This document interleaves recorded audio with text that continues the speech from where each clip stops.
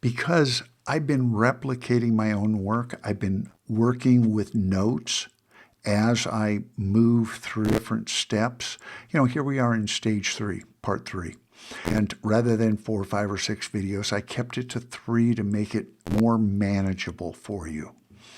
But I had gotten until I got to this point where the camera raw settings were more complicated, where there were 2 different panels that I'm working, the basic and color mixer, that I realized as soon as you switch away from camera raw, Photoshop locks up. It is a absolute positive bug that's existed for a few versions.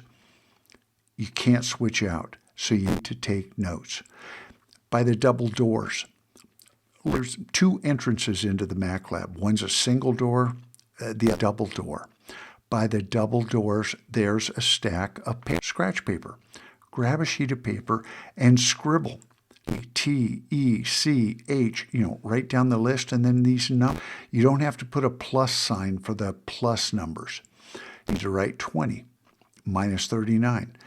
Write down the list. Then you can replicate this.